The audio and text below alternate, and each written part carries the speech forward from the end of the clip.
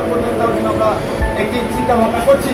সেই আলোকে আজকে যারা বিভিন্ন ইউনিয়নের নেতৃবৃন্দ এসেছে, ঐতিহাসিক বিপ্লব ও সংহতি দিবস উপলক্ষে এক আলোচনা সভার আয়োজন করে নড়িয়া উপজেলা বিএনপি, পৌরসভা বিএনপি ও অঙ্গ সহযোগী সংগঠনগুলো। শুক্রবার 7 নভেম্বর বিকেলে উপজেলার বিএনপির পার্টি অফিসে এই আলোচনা সভা অনুষ্ঠিত হয়। সবাই বক্তারা বলেন, 7 নভেম্বর বাংলাদেশের ইতিহাসে একটি গৌরবোজ্জ্বল দিন। এই দিনে সিপাহী জনতার মিলিত বিপ্লবে দেশের স্বাধীনতা, সার্বভৌমত্ব রক্ষা পায় এবং জাতীয়তাবাদী চেতনার উন্মেষ ঘটে।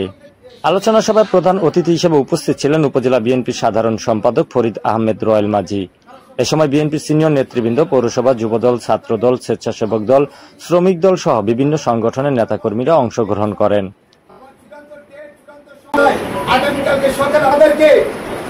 বাংলাদেশের ইতিহাস, নড়িয়ার ইতিহাসে সর্বোচ্চ একটি সংগঠন দিতে হবে।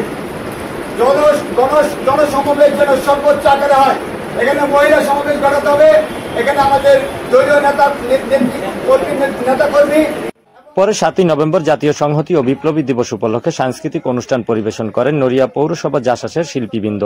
আলোচনা শেষে দেশ ও জাতির কল্যাণ কামনায় বিশেষ মোনাজাত করা হয়।